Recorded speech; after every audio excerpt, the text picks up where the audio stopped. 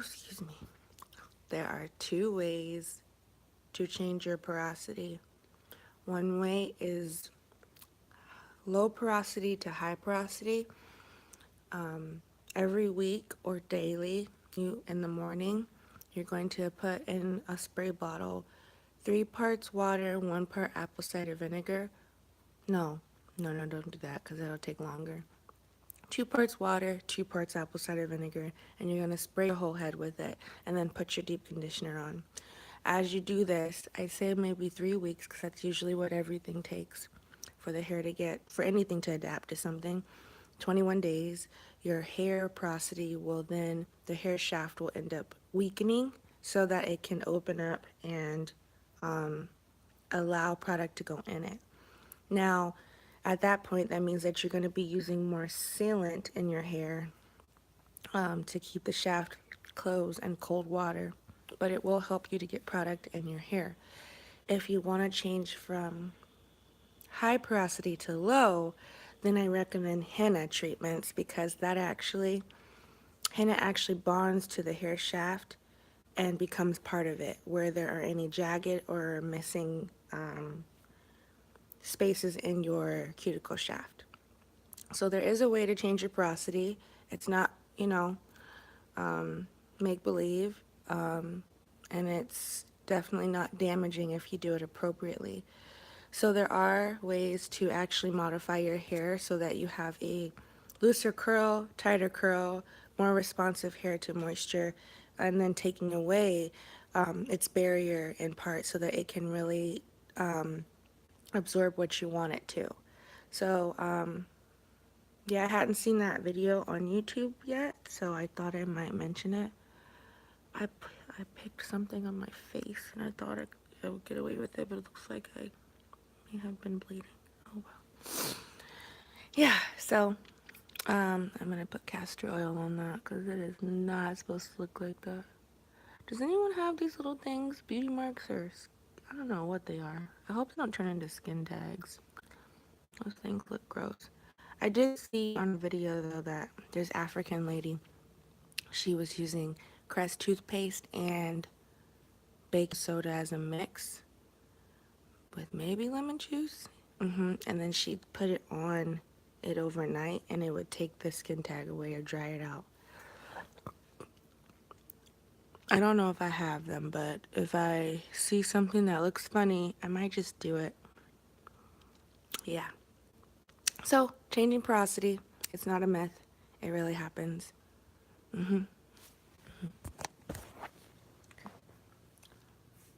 If I think of anything else, I'll say it.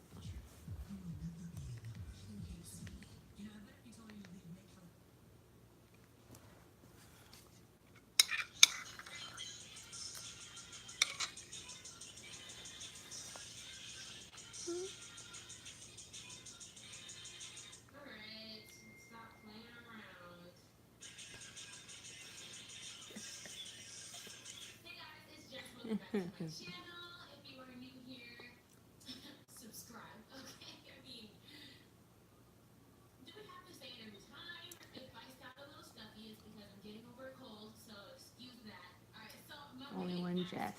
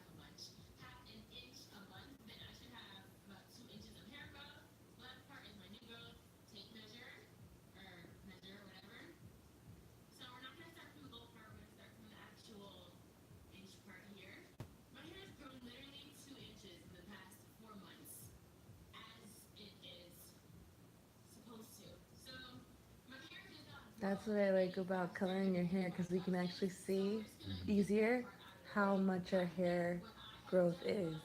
So that's why I'm going to be coloring mine, like the whole thing. Oh, that makes me so excited. I thought that was my secret. I was going to be sharing. So,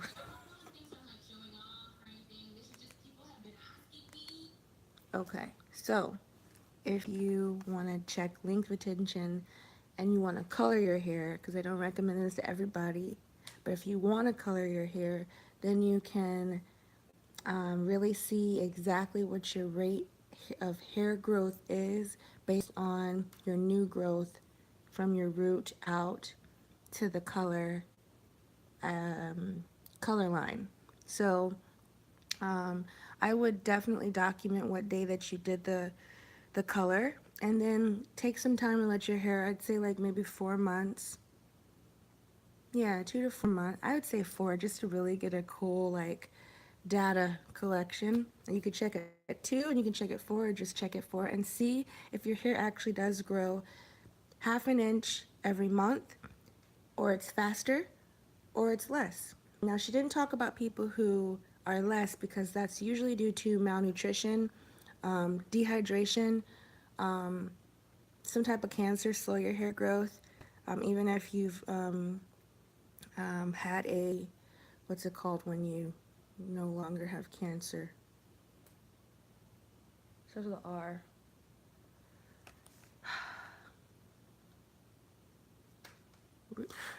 Re,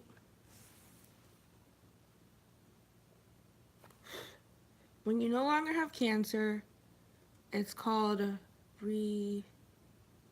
I don't remember. Remission. Remission.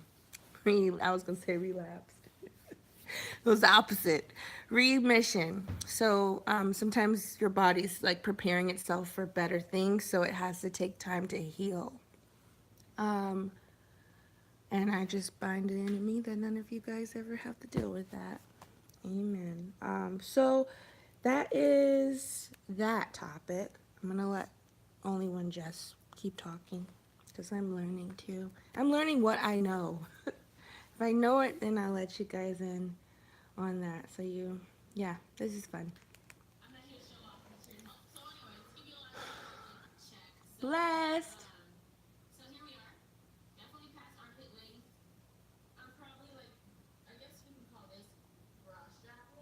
Mm-hmm.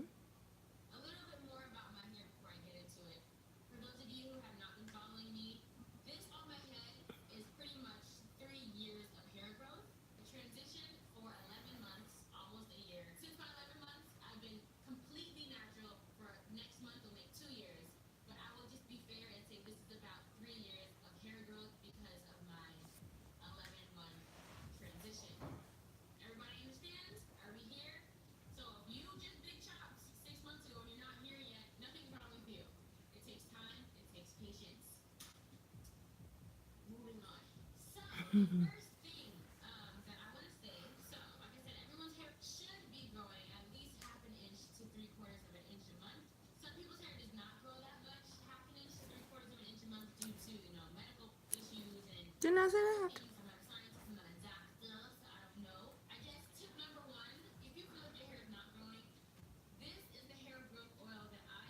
Main growth oil.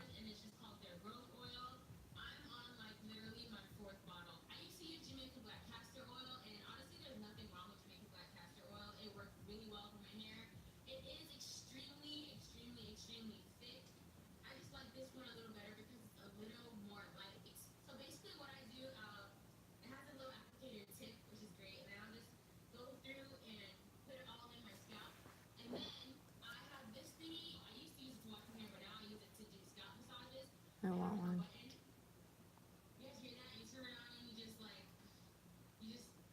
Yeah.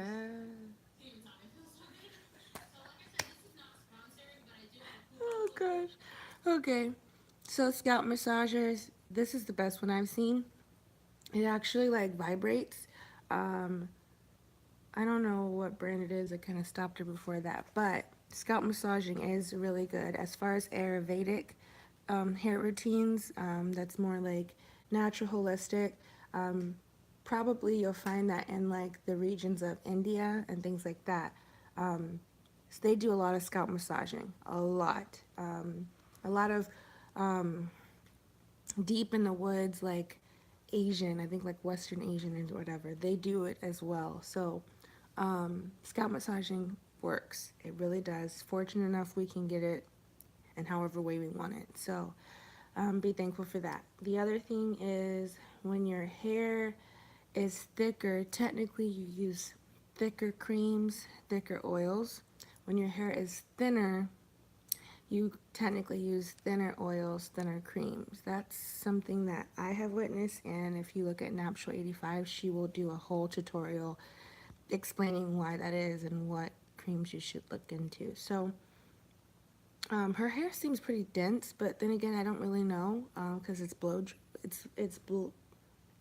out, so it may not be that thick. Like some people have a lot more follicles per square unit.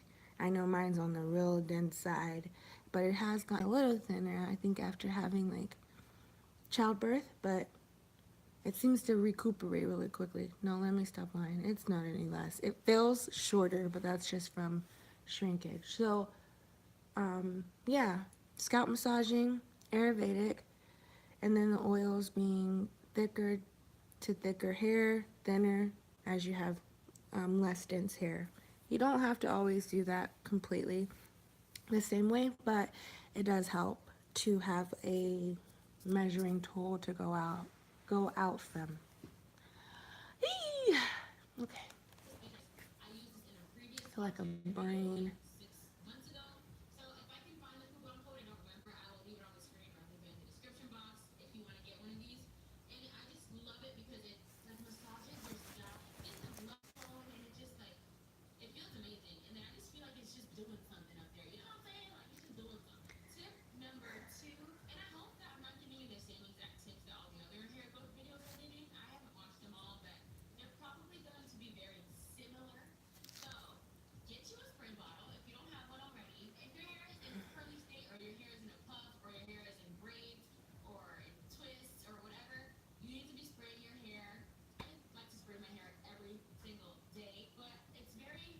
It's good to get it wet every day.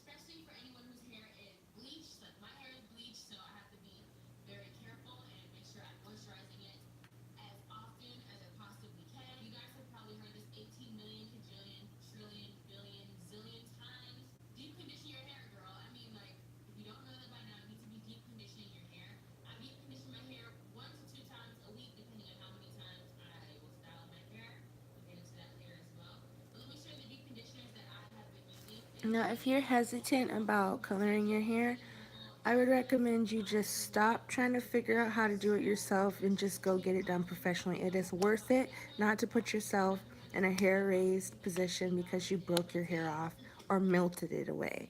So, if you're not sure you can do it, don't give it another thought. Go get it done. Go get it done. Find someone who understands natural hair. Find someone who has Olaplex, and do not let anyone put any hair lightening or bleach in your hair without Olaplex as a base because that's going to retain your hair curl.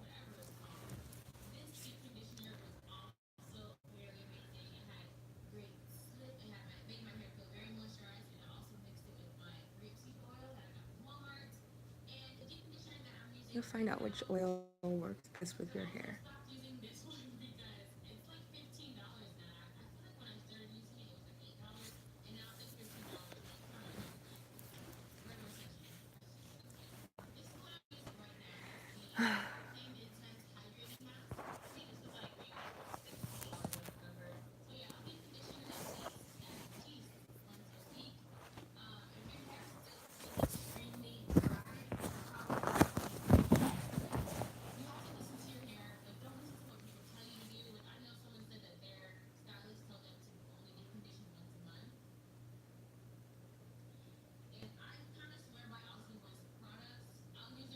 Really?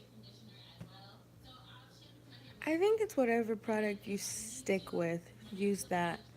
So, because Aussie has sulfates in it, but her hair's actually growing, so I can attest to that because then I was stationed in when I was stationed in Japan, I had to do my own hair. So I read this like book called Ultra Black Hair, and it was made by this woman, I think out of like DC or Maryland or whatever, and she was like the frontier of learning how to take care of your hair and the myths being broken and all that stuff. And so I did actually read that book cover to cover. I bought two. I gave one to my mom, and I just didn't think going to Japan it was smart for me to go to any hair salon with my hair and expect it to be growing and not on the floor or in my hands. So maybe that's a little discriminatory, but that's where it was. So I got it and I did it and I retained so much length in Japan. It was nuts. I had hair past my bra strap. And I was also going to the onsens, which are water hot springs, and those have sulfur in it, and sulfur is great for our hair. So I was doing a lot of good stuff. Um, I forgot what she was talking about. Hmm. Yeah, I don't know. Huh? I thought she was past. Aussie, thank you. So Aussie products. When I was in Japan, I used Garnier Fructis Frizz thick, frizzy, manageable hair. And I was totally describing my hair. So I used the shampoo and conditioner, and then I would deep condition with, which doesn't exist anymore, by Carol's daughter, Corey Almond. I used that routine, no blow drying. No, I blew dry every time I washed my hair, but I deep conditioned before I used any heat, and I straightened it. I was straightening and blow drying and using sulfate conditioner and shampoo, and I was retaining length in a foreign country. So there is a hoax or a myth about using paraben, or I'm not going to go into paraben because I don't really know if that's healthy though for your body, but sulfates and I think sulfates actually make your hair feel better than it actually is. It kind of puts like a layer of film over each shaft of hair. It's not the healthiest, but I don't know if it's something that can affect your health long term. I don't want to speak on that, but I will say I did not stop retaining length using just normal counter grade shampoo and conditioner. Aussie and Garnier Fructis are like brothers. They don't really do anything different. They're just different parabens used in different products with different names. Um, so yeah, it does. You can retain length, but you have to stick to it. And the biggest thing is she deep conditions. I deep condition. So you can't just do shampoo, conditioner, no deep conditioning, and retain length. I was deep conditioning once a week, but I was also washing my hair once a week. And I was still using a flat iron and a blow dryer. So if you want to do heat, just know that you have to keep that deep conditioning going, and you have to do it before you apply any heat. And then you have to do your hair weekly. You have to wash your hair, get all that stuff, get your curl back every week, and then you can do that. Right now I'm just a little too lazy, I feel like, to do that, but sometimes I do want to see my big hair, like my big mega fro. So yeah, she's right. So you can use Aussie Moist. I remember looking at it at the store a couple weeks ago, and I just was like, I can't do it. I cannot put silicones in my hair. Methicone, so bad for your hair because you don't really know what your status of your hair is. But if you're deep conditioning, more power to you. So yeah, it's really up to you. Just keep up with it.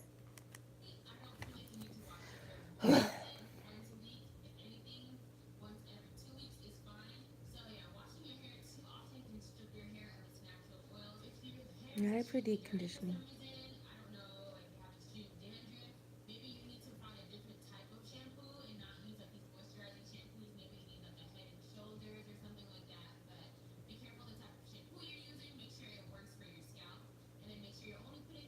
Tea tree tingles really good.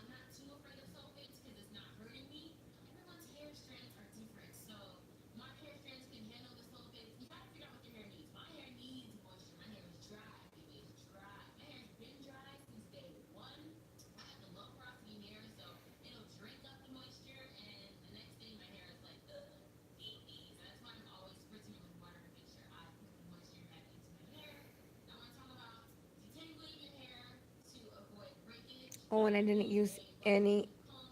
Yeah, I did. I used a Y2 comb or my fingers. No, I used a comb. Wow.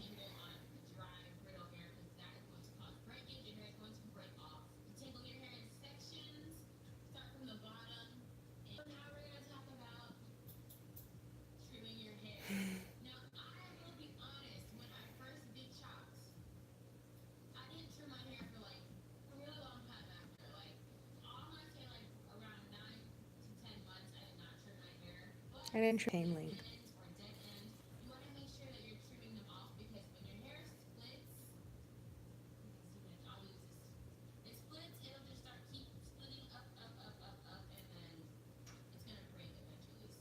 So if you deep condition, you prevent your hair from splitting. If you henna, you prevent your hair from splitting.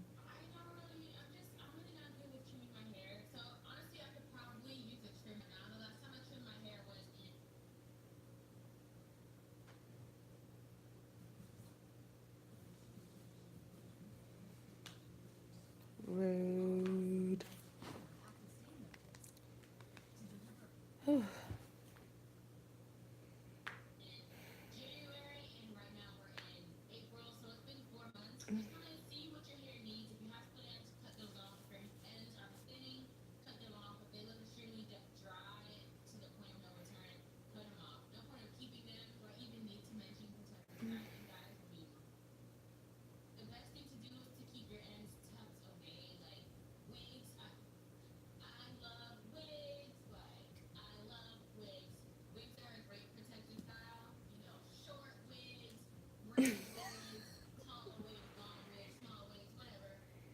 I have two.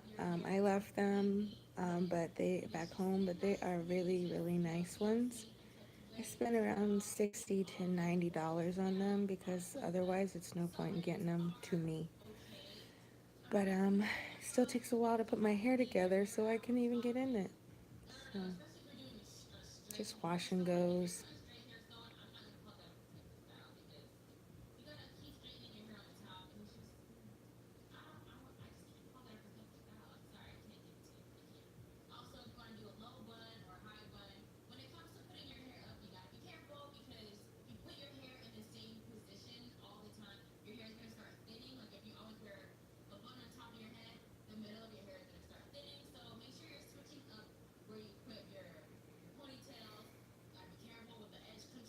You know what? Maybe she's right. It doesn't thin if you have thick hair. So that means she doesn't have very thick hair.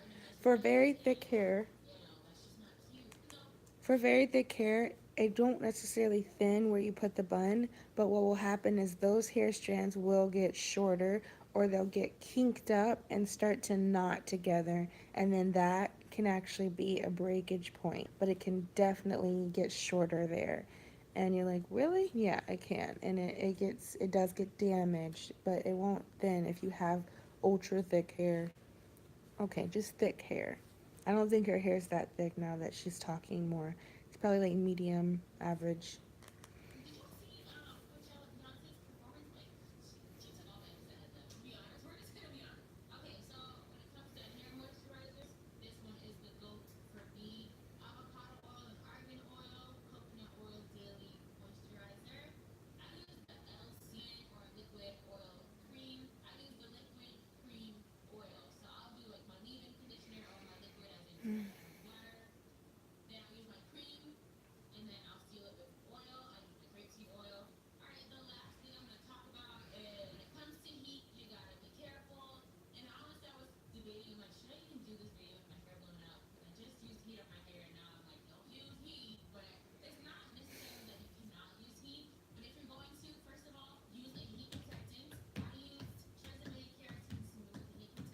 Okay, there's one. Tresemme Keratin Smooth Heat Protectant. I used another one, smaller bottle.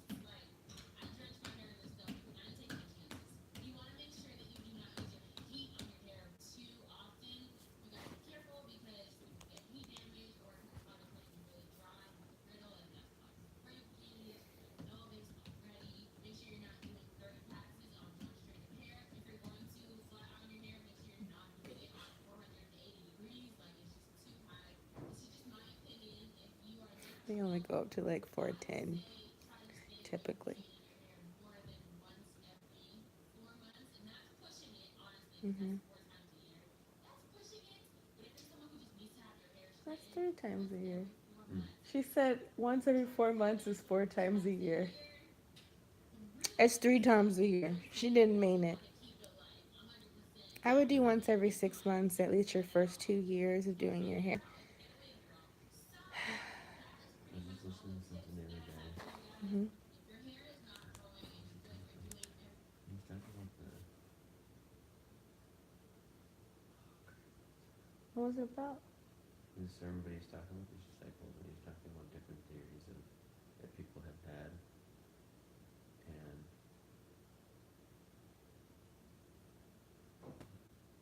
like people have claimed that Joseph's sons, which wasn't 12, was like a prelude to the disciples or something like that. And he's like, that's just bad math. Because he only, how many sons did he have? Sad. I was gonna say, I don't think he Yeah, had but he was any. just talking about like So he these said that different the. theories, and he's like even if that were true, oh, he was talking about what's the word for it? When people try to, he's saying that the Bible doesn't have like allegorical meanings. That when it says something, It's literal? it's trying to say something. Oh. It's not trying. There's not some underneath secret it's trying to say. There's not like some like back behind, because then that all of a sudden puts somebody in a position of they can start saying, well, I know those secrets, and you don't know those Oh, secrets. okay. The Bible says what it needs to say. It takes study to understand what it's saying, and so he was saying that he's just using a couple examples of. He said some people talking about I don't know if different that's groups true. of guys but- in the Old Testament, how they've connected them with the 12 disciples. And like that. So disciple somebody. Yeah. Oh yeah. I feel like that would have been said, especially in Numbers where they talk about all the generations. I feel like that's the timing's really odd too, because Joseph's like up here, 12 disciples are like in the New Testament. So yeah, I do think there's some allegorical like parable stuff in there though. But they're explained. Okay, because I was gonna say That's what he Jesus meant. He said definitely even did even if parables. there's things on the surface, they were later explained. So nothing's left for. There's things that leave a position of like too lofty for us to think of, but nothing is. I was gonna say because there's nothing definitely is things back. behind the scenes. You have to like. It's not secretive. No, none of it's secret, Nothing's but secretive. Like, I there can do be things believe, where yeah, it's it's a clearly deeper there, meaning. but your brain doesn't understand it. You're like, Right, that's what I I mean. can't get it. I can see it. I can like, this is what guys are trying to say, but I don't get it. Like, my brain doesn't get it. But it's not secretive. No, the Bible doesn't have any That's what secrets, he was trying to say. but there are secret places because the Bible, all over the Bible, it talks about the secret places. So he has places where he wants you to sit with him and understand the depth of it. Yeah. That's all over the Bible, secret places. So, yeah, I guess there's some people thinking that they're being kept from information, it sounds like.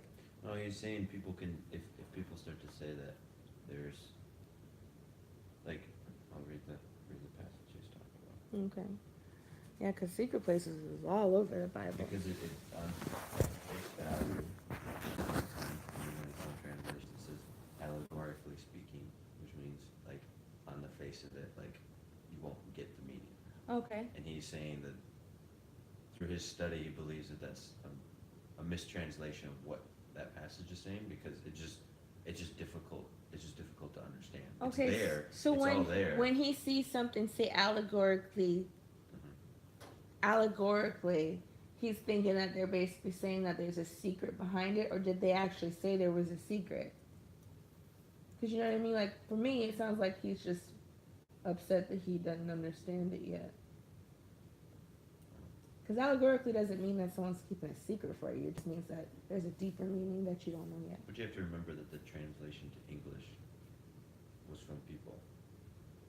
The translation to English is not inspired Well, by the God. translation to German was from people. The translation to Greek was So from that's people. what I'm saying. He's going back to the original text. Hebrew? Yeah, he's going back. Well, this is Greek. Greek or This is the Hebrew, New yeah. Testament.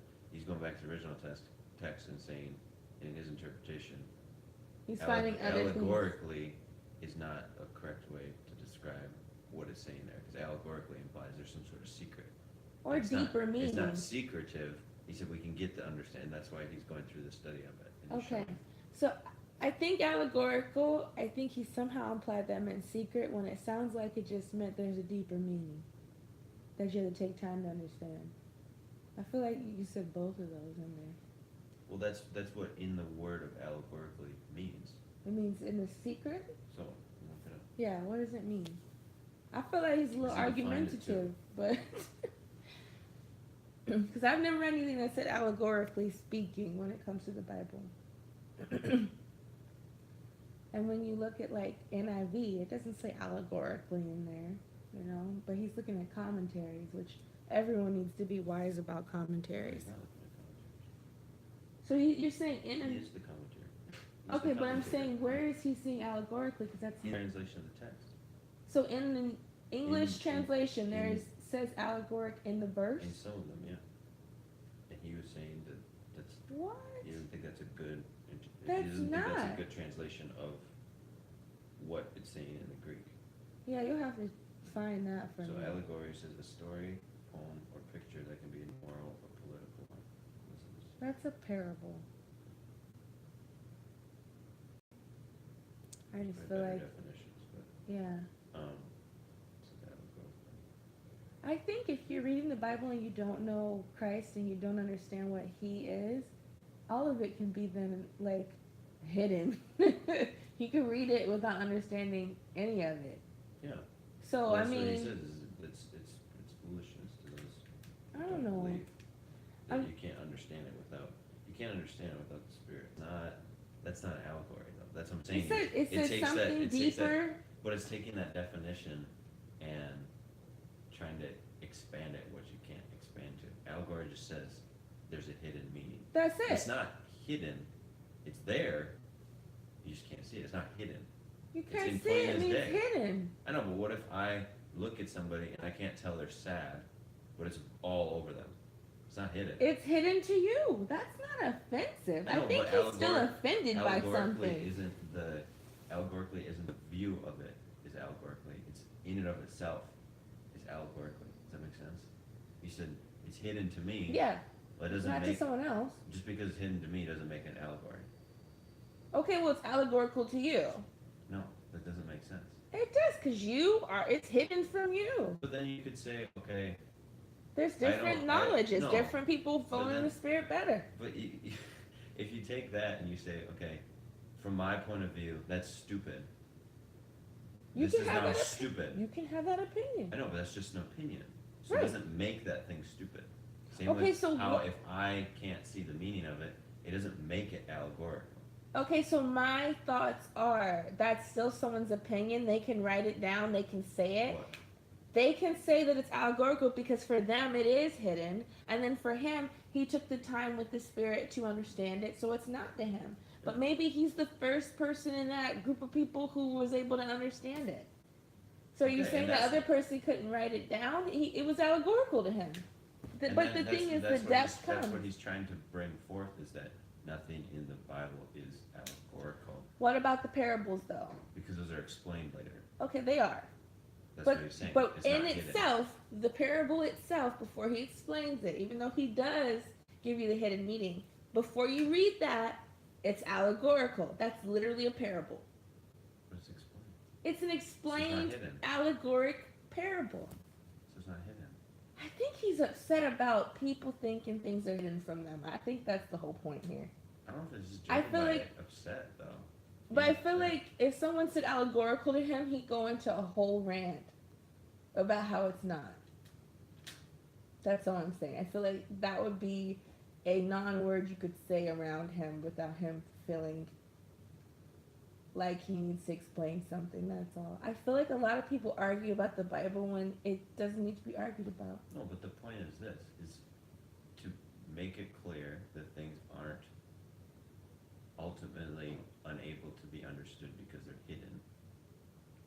Allows us to go, okay, we can understand the Bible. Now, yes, we can't understand the Bible, and If that somebody helps. comes up to me and Right. says, well, I got a secret meaning, we know that's wrong.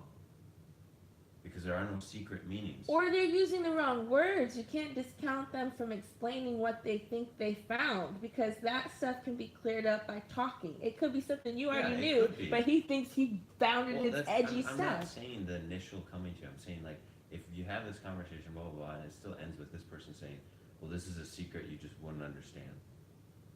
They have no they have no backing to say that. Because nothing in Scripture says there is a hidden thing that only select.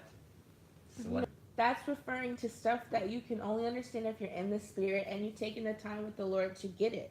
Okay. Some people haven't taken the time yet. So if they just say it's hidden, you can't discount them from not knowing the Bible. They're just still infantile in some part.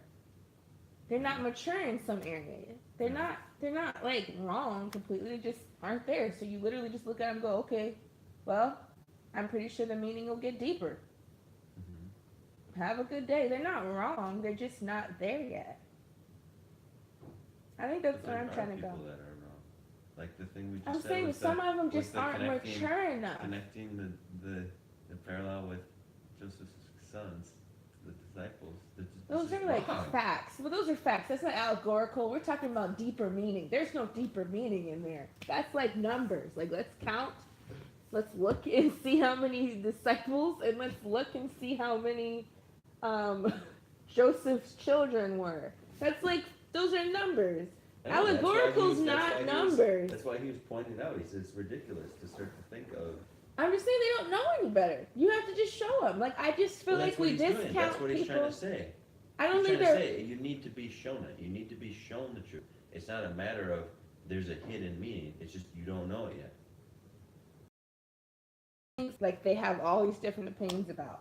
Even now, like high-end scholarly Christians. There's lofty ideas that we can't comprehend, but there's nothing hidden. But that's still lofty. That's a secret place. That's what that's talking about. What's the difference between that? A secret place? That's like saying. We gotta look this up. Wait, that's like Can saying, you look up the definition of a secret place? Listen. Okay, I'm listening. You open a treasure chest. Yeah. Well, say a treasure chest is locked. Okay. You open it. Things aren't hidden. If you look in it and go, okay, I have no clue what any of this stuff is. Like, I've never seen this in my life. I don't know. It's not hidden. It's right in front of your face. Right? The functions are hidden from you. No, but it's not hidden. It's right in front of you. But it's a total secret place. You don't know what those things do. The meaning of them don't exist to you yet. But that's just, you don't have understanding of it. Right, that's all allegoric is. No, that's because it's actually hidden. Are you sure it's a physical hidden or a theoretical hidden? Read the definition again. That is not what you read to me. Comma, poem, or picture that can be interpreted. Interpreted. A hidden meaning. A hidden meaning. That's not a physical place. I'm saying you just mentioned that it was physically hidden. It's not. It doesn't have to be. It's just a secret place. I think he took something that someone wrote a little more or less intellectually done, and he became more enlightened, and then tried to uncover it so someone didn't feel like they couldn't get there. But it's not wrong necessarily. It's just less in-depth study than what he did. So he's saying that stuff isn't all figuratively hidden. It's just time that you need to take with the Lord to get there. But that's not wrong. But his point is that end point is not. I just think he's trying to show you can study and understand it. Yeah, that's his point. I feel like he could have just said that, because allegorically, I've never read in the Bible. That's all I'm saying. Like, if you could. That's what I'm trying to explain. That's his point. Is that it's not something like you wouldn't be able to grasp onto. Like it's not hidden. It initially is hidden until it is not for you. Because that would negate all the secret places all over the Bible. I mean, they're all over the Bible. There was a whole sermon on the secret places. That's a huge part of the Bible. It's all over it. Beth Moore did the study on it, and she pulled out all the scriptures. They're everywhere. That's a thing. I just don't. I feel like. But they're there. No, but the secret places. These are points where you individually have to get past what's hidden and sit with the Lord and in the Spirit get there. Whether it's with a group of people or alone, you're still. It doesn't say physical hidden in the definition. Allegoric doesn't mean physically hidden. It just means that it's a meaning deeper than what you surface see or don't understand. Allegoric doesn't have to stay allegoric. It's not. There's no permanent allegoric in the Bible. Maybe that's. How do you confirm its meaning? You sit with other people. You get wise counsel. You go to church. You read. You read with the Lord.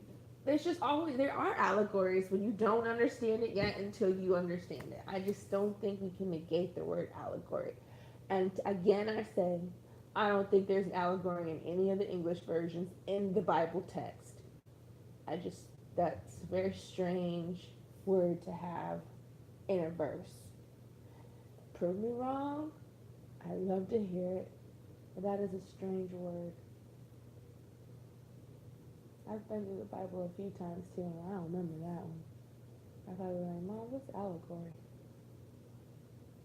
Or is it an MSG? You know, that one's a little funky. The MSG version. No, that's plain layman terms. I'm curious now, yeah. If you know verse, this is allegory in it. I just feel like there's people trying to make fools out of each other when they just need to really come to each other and like lovingly let them know that whatever you find as an allegory, it will be shown light at some point in your life if you want to see it. I don't know if they're maybe it's, That's the point. but I know, but foolish, that's a rough word. It's like you're completely wrong. It's not. What is foolish? You used the word foolish earlier. What is foolish? Like people who have said it's an allegory. Is that foolish? You did. You said it twice in that talk. Maybe you just were talking about. You said foolish I was twice. talking about the bad math, bad numbers. Not the allegoric. Hmm? Not allegoric. No, I was referencing that, but I was saying that. That's wrong. That's what I'm saying. That's. I mean, that's those what I said was numbers foolish. though. That's what I not said was even foolish. talk. Numbers are facts technically. Yeah, right here. Allegory's meaning. Galatians 4 in the King James version. Okay, what's it say? So, King James version? Okay, what's it say? very much just starting here. Okay.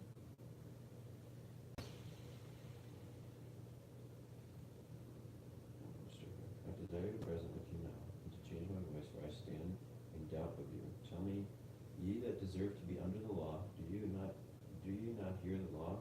For it is written that Abraham had two sons, the one by a bondmaid, and the other by a free woman. But he who was of a bondwoman was born after the flesh, and he of the free woman was by promise. Which things are an allegory, for these are the two covenants, the one from Mount Sinai, which gendereth to bondage, which is Agar. For this Agar is Mount Sinai in Arabia, and answereth to Jerusalem, which now is in bondage with her people. Okay. So it didn't call it an allegory. It said which one is. Which one has It says deeper which meaning. It says which things are an allegory. Right. Which things have a question. deeper meaning? Yeah, sorry. So which one has a deeper meaning? When you read that just now, I was understanding it and then I lost understanding. And so like it is to me right now hidden until it's explained to me. So here's another, this is ESV. Okay? Tell me, you who deserve to be under the law, do you not listen to the law? For it is written that Abraham had two sons, one by a slave woman and one by a free woman. But the son of the slave woman was born according to the flesh, while the son of the free woman was born through promise. Now this may be interpreted allegorically. These women are two covenants. One is from Mount Sinai, bearing children for slavery. That's the She same is word. Hagar. Yeah, that's what I'm saying. It's just a different So that one said may, and the other one said are. Like, so one's definite and one's loosely determined. Yeah, those sound like errors in the Bible where they kind of didn't know how to translate it. One thing that comes to mind for me is the verse that says we know in part, we do in part. Basically, like, there's stuff we're going to get errors in. And I don't think that excluded the Bible. That's not talking about errors. The passage. No, allegoric. We're talking about the word. No, but in that it. passage you just tried to use to back it up isn't talking about error. No, I didn't use. No, I said like there's error though because one of the verses that you read talking about the same thing said are allegoric, and then that one said may be allegoric. Yeah. So I'm saying that's very different. Yeah. Are and may be. So one of them is an error because they're opposite of each other. That's what I'm saying is an error. One of them didn't get it clearly done. So what I'm saying is when it comes to that allegoric or that hidden meaning, it's existing somewhere for somebody. I don't know why they use that word loosely and then firm, but I'm just saying like when it says that we do in part, we know in part, we hear in part, everything. There's imperfect and perfect together when it comes to human nature. The Bible, I don't know if maybe, I don't want to go there because I don't even want people saying, is the Bible correct? I think that somebody may have messed up the version. Like, I would stick with King James before I ever stick with ESV. But I also see that, like, King James says affirm are allegoric, and then ESV says may. Like, it's not sure. So, I just think we all need to sit together in all these different churches. See, that's what you're talking. You're talking to Peacemaker.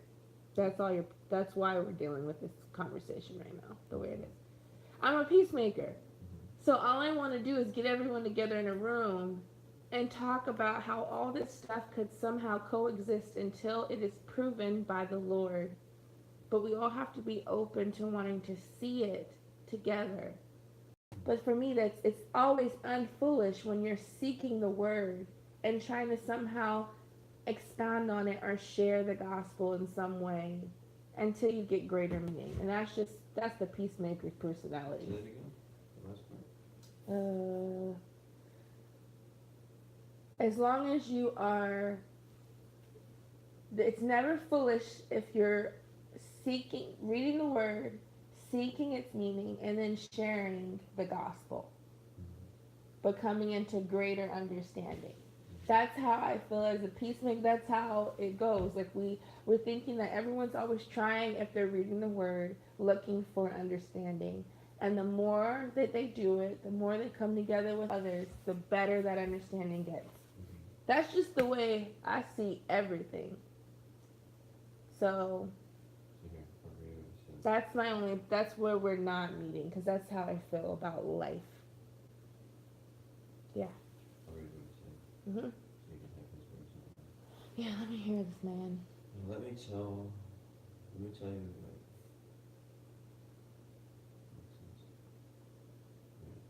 so he's explaining the first chapters 3 and 4 of Galatians, and it says, now up to this point, Mr. Anthony, no one reads Galatians should be confused. No one could miss Paul's point. No one could. We're talking about the readers, original audience that Paul's writing to. Mm-hmm. Nothing confusing. Salvation is by faith, without works. Christian believers then are free from all the external Mosaic ordinances and ceremonials and rituals and restraints and restrictions. The Judaizers, the people that were provoking the Galatians, are wrong. They are wrong. Circumcision and following all the ceremonies of Moses are not necessary. They make no contribution to one's salvation. That's his message. But when he comes here, what I just said, that no one could mistake his point up to this juncture, may not be true by just reading this. This does seem unclear. Very, very unique portion of Scripture. Now let me tell you why it's difficult. Go down to verse 24. In verse 24 we read, this is allegorically speaking.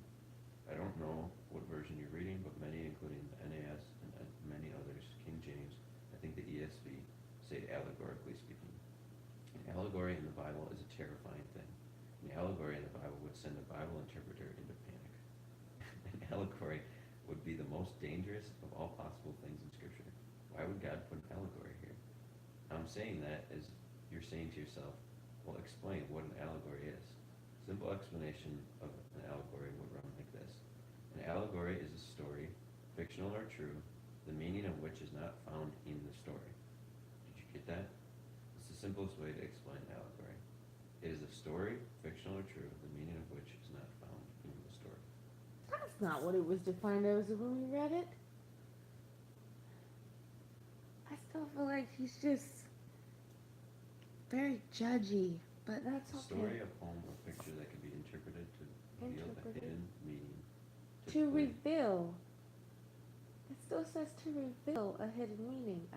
He kind of went off. He's a commenter, so he definitely rates stuff. He's definitely judgy because he's a commenter.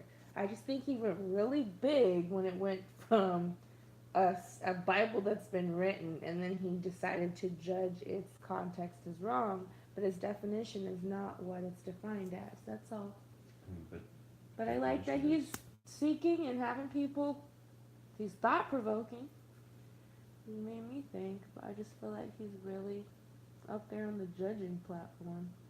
Here's another definition: a representation of an abstract or spiritual meaning through concrete or material forms. Through concrete or material forms. That stuff reveals, you know what I mean? I feel like he. Figurative treatment of one subject under the guise of another. So Under a figurative treatment. guise. Figurative. So it's not in what you're seeing. But it's under a guise. That means that it doesn't say it can't be revealed. It's saying it's under a guise. None of those are saying you're completely not able to find it. One says reveal. You know what I mean? Like, I feel like he just thought that meant it's not allowed to be gotten at all. No, he did it though. I think that was mine. Just Well, no, what I read, what you read, he wrote, basically said like it's being kept from somebody. And that's not what those definitions, none of them he said said that. it's the meaning is not found in the story. Right, that's not what those definitions said. And he's not saying that it's not found. He's saying that it's not found in the story. Which this definition just said. No, it says under a Figurative guise. treatment of one subject under guise of another. Under a guise means it's there. Yeah, but it's not. It's disguised. Right, but it's not there in the text. That's not allegory. Allegory doesn't say it's not in the text. So it's hidden under a guise. I feel like he messed that definition up.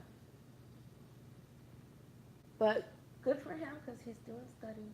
Like I said, for me it's all peace because he's in the Word.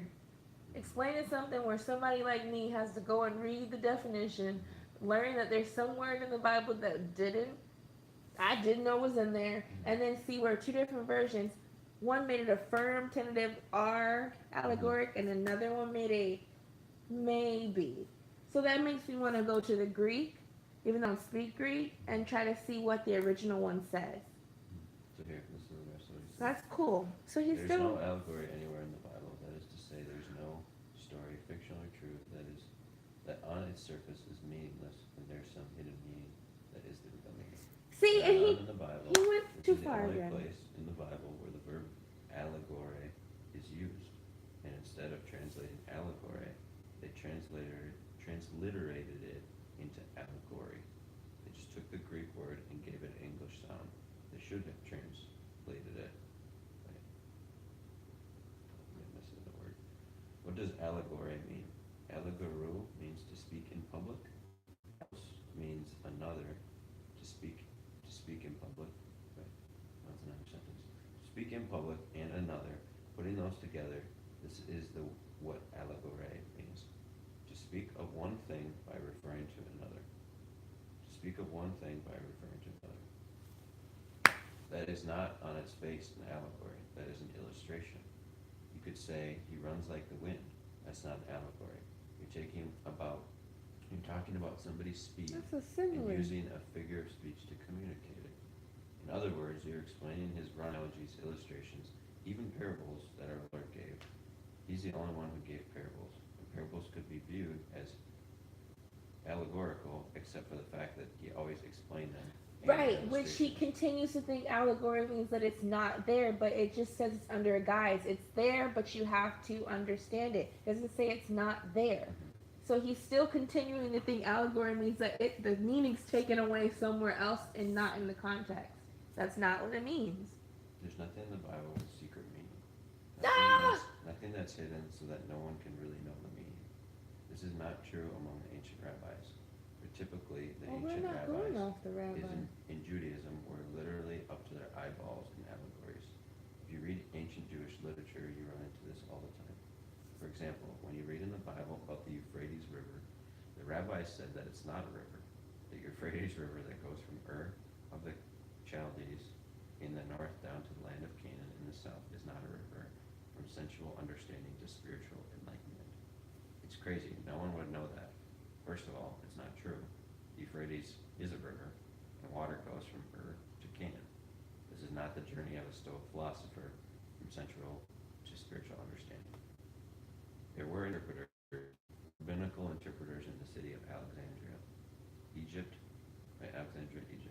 so that allegorical interpretation of the Old Testament is associated with Alexandrian interpretation.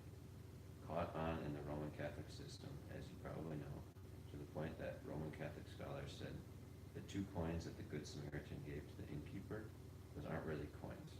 That's an allegory for baptism and the Lord's Supper. Here's another one.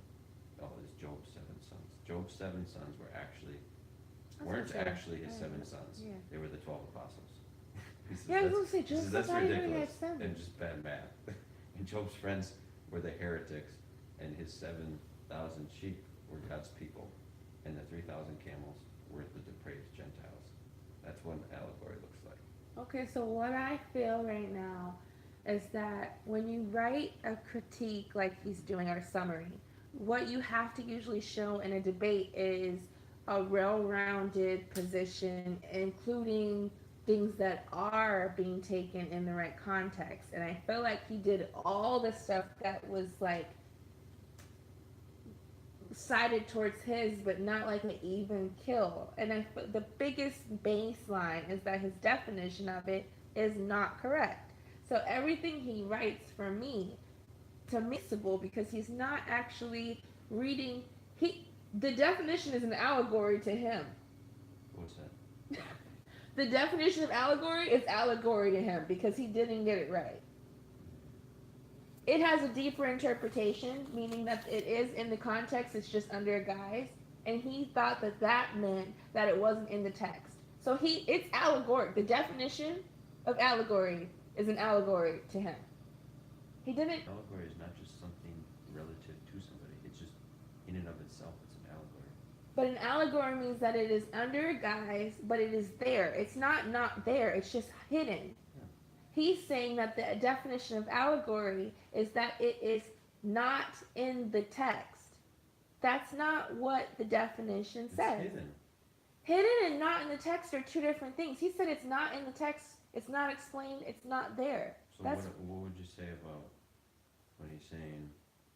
He's saying it is there, and he's right, but that's not allegory. The Euphrates River thing. Okay. Those are facts. It's no I allegory. know, but people would say that that's, like you just said, people would say that that's an allegory for some spiritual journey. Well, that's people. We're talking about the Bible. See, I'm going off the text. His text, when he talks about it saying allegory, we need to talk about that. But when someone outside the Bible is saying allegory, I'm not going to take their opinion. See, he's going between different materials to me. Like, stick with the Bible and focus on that. Don't stick with people saying, because that's how we have different denominations. But that's who translates the Bible. That's what he's That's talking the about. people that we're talking to different That's what studiers. he's trying to say is that the inspired writers did not mean to say allegorically. But That they was- said it. No, that was translated. He's saying it was a wrong translation.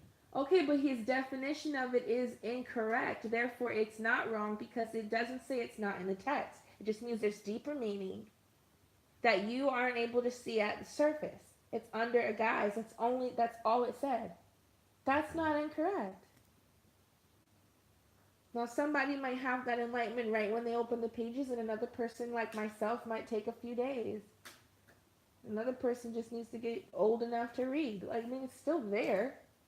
I just think he defined it wrong. If he hadn't defined it wrong, I wouldn't have any other issues. But Why is that wrong? Why is? because the definition he said says it's not in the text, and the actual definition says that it's just hidden or under. It's not found in the story. Right. It does not. The definition of allegory does not say that. It doesn't say that. It doesn't say any information's missing. It's just hidden or underneath with deeper clarity. I'm not saying it's missing. He said it's not in the text. That means it's not there. It's not found in the story. That's not true. Allegory does not mean it's not found in the story. It just means that it's under a guise. So it's not in the story. Yes, it is in the story. It's under a guise means that something's underneath. That means it's presently there. Under never means something's missing. If I tell you go under the table and get the ball, when you go there, there should be a ball. Should it not be a ball? Or it's not under anything. Okay, physics. If an equation says like something is underneath something, if you go underneath it, because the drawer is closed, so it's under a guise, if you open the drawer, that thing should be in there. If I'm telling you based on his definition, if I say But you have to open the door. right, it's under a guise. So it's under the door. Wait a minute. We're talking about drawer. Drawer. So talk about the drawer. Drawers hold things. Well, it relates. Okay. The drawer, Under a guise. Drawer is what? A story. So wait, let's not do a drawing. Let's not do a drawing. We're gonna do like a ball under a table, because it says under, it doesn't say in. What? It says under. What's It says under a guise. Under a guise. So basically hidden at surface sight. Guys, he defined it wrong. And I see why he went as far as he did. But he didn't see. Not the same as not there. So let's use the example. The ball under a table. Okay. The ball is under the table. If I say, go so and relate to the words. okay, so if you look at the table, it is a guise covering a ball. So is the Go look for the ball. found in the table? I said under, not I know, in. but so is the ball found in the table? This is saying it's not findable in the text. It is. It's under a guise. Now, text is different than a table. I didn't say text. It's this what I'm saying. He said it's not in the text. He said it's not in the words. Okay, just hold on. Read his definition again. Hold on. Before we talk, can you read his definition again? Or true, the meaning of which is not found in the story. So go back to your ball thing. What is this? What is the story? What's the allegory with your table and the ball? Okay, so the allegory, because I wouldn't use that word. What's the I'm thing you using would look at? in a guise, presently there, and the other Okay, hold on, definitions before are you keep different. Going further. Stop with just Under hold on a guise. second. Okay, allegory with the ball on the table. Under a guise, so the table. The allegory. I feel like is there's a not the better guise. object. The allegory is not. Let's go back to the definition.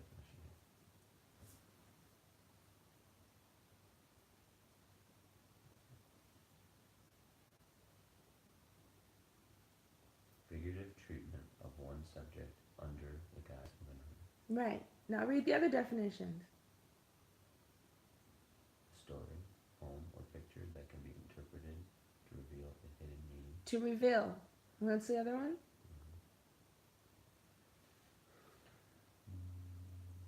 This is not straightforward. Expression by means of symbolic, fictional figures and action truths, or generalizations about human. Yeah, I'm just kind of dumb. That's not the one you read me. You read 3. That one's weird. No, I read his, and then 2 others. No, you read me 3 from another source. There was to reveal, then there's under a guise, and there was another one. It was much more it's plain. just it's part of the same thing. Those can be expounded as not there. That's all I'm saying. So I just do not agree with his But definition. That's all I'm saying. It's completely not there. He said it's not in the text. Completely Okay, so not in the text. No, but that's what I'm trying to say is talk about your ball on your table thing. But I can't because the definition's already not found there. In the story. That's what we're talking about. We're talking about in the story. You're Not saying saying it's it's not hidden. there. It's not in the story. He's saying it's not there. Okay. The other ones are not. The definition of allegory is not saying it's not there. We got to use those words, not there. He's saying it's not there in the story. The other three definitions in the dictionary are all saying that it is there in the story. It's just under a guise to be revealed, or the other one. I promise you, if you sent a comment saying, I believe I got the definition of allegory a little wrong, could you re-review your text? He would find something more. So here's the other definition he says.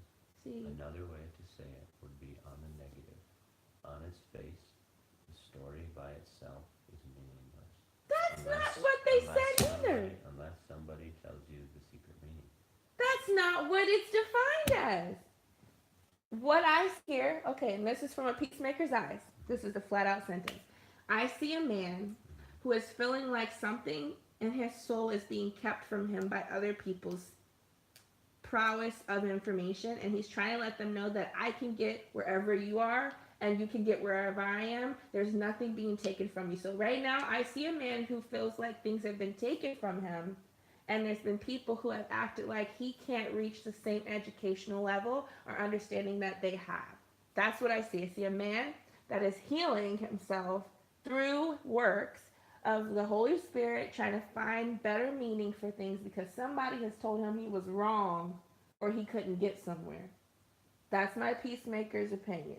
He does say that. That's what I'm saying, but that's what the whole thing's about. His hurt that he's healing. That's all I'm saying. He's hurt. He's very judgmental. We're only judgmental when we're hurt. But it's not about his hurt. It is, though, because that's how the Lord looks at things. He looks at the person and the individual and what they're feeling based off of how they're reacting. Plank talking about someone else's speck is showing what he's dealing with. He does not like being told he can't find something out, or that someone else can't find something out, that it's lost in translation. Mm-hmm. That's his hurt. Why is that a hurt, though? Because he wants people to know, passionately so, that they are able, and he is too. But why is And it it's that not- you feel that of a hurt? That's because we only do things outside of promise or something that's deterred from us. That's how the human nature is. Ego. What if it's from promise then? Well, Why he's does it have to be from hurt? That's what I'm saying. He's using it to let people know what the promise is. That's what I said. But You his said hurt you is split it that from hurt. because I said his came from hurt, and then he flipped it for promise. How do you know it comes from hurt? Because you can hear it. You can hear it all through it. All through how he wrote it. All the word. And this is how I discern. You may discern something different, but I know what hurt feels like, and I know what it looks like when someone is hurting, and then they use words to make sure that someone knows that they can't keep something from other people. Like even if it came from But his childhood, Why can't you just do that without it being from a hurt? because he didn't do it like that. He didn't do it without hurt in it. He did not. Because there's words you don't use when you're not hurting. There's words in there. Can I look at it? Mm-hmm. I can tell you the words.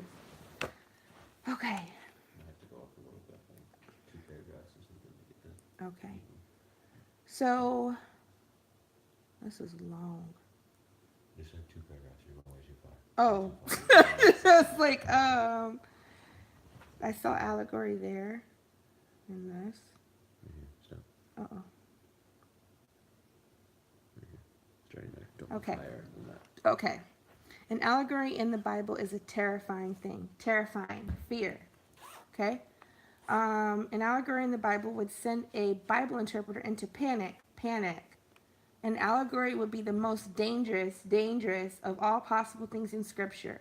Why would God put an allegory here? So, first of all, terrifying, panic, dangerous. We don't use those words unless that's something that's pain. Those all mean painful things. Next one. Now I'm saying that, and you're saying to yourself, well, explain what an allegory is. Simple explanation, and he defines it wrong. Then, did you get that? That's the simplest way to explain an allegory. and that's not the simplest because it's not wrong. It is a story, fictional or true, the meaning of which is not found in the story. Not found, that's the worst thing for a Christian to have, is being not found or something is not able to be That's why it gotten. says it's terrible. Right, but that's pain. He's coming from a painful place. This is, though our words indicate what's coming from our heart. He is trying to vindicate those who feel like they are not able to find something. Something has been taken from him either in his childhood or he was told he could not get something to the same caliber of someone else, whether it be from the enemy or an actual person. And he has been working, I don't know how long he's been doing this, but he's been working on making sure people know that they're able. He's coming from a hurt place. That's all I'm saying. I just read it to you. We don't talk about terrifying danger and panic unless we're coming from a hurt place. Now he's redeeming it. He's working on the promise God gave him that there's a way. I'm not saying he's sitting in the hurt place, but he came from one. Okay. That's all I said. Okay. That's it. I just feel, I really I would like to do this. I'd like to send him a comment and say, based on the definition that we found, there's 3, I just would like you to expound more on, review your text and let me know if you come out with the same outcome. That's how I would put it. I'm curious. I want to see if maybe he would expound more, or the worst one, get upset and try to prove us wrong when all we did was ask him to re-review it, because that would show that the hurt's still there. Or he would find something more. He'd find a deeper, under a guise meaning. Or maybe he'd find what he's dealing with. We didn't get to the text yet. We're just talking about the definition. That's what I'm saying. That's worse. We're only at the definition and it's wrong. So I'm just saying, like, right now, everything for me, this is how I've always done things. If the definition's wrong, anything that you're trying to define off of the wrong definition is already wrong. So for me, the text is great seeking and trying to find a topic. I think that he's correct that everything can be found, but I think that he found allegory in a wrong position. So everything he's saying it's unwise a little bit. And see, as a peacemaker, I don't want to use those words because those words make me feel bad inside. But it's a little unwise, but it's coming into more understanding. And I think if he looked at this a year from now, he'd find errors and he would complete it better. And on from there, like the rest of us. That's all I'm saying. He's a great writer, though. I just think that there's more to this one. That's all. But he's definitely coming from a pain, and he may not be right where it was, but he... So back to the point. That's the Bible point. doesn't have secret meaning. See, that's It's not the hidden. point. It's That not hidden.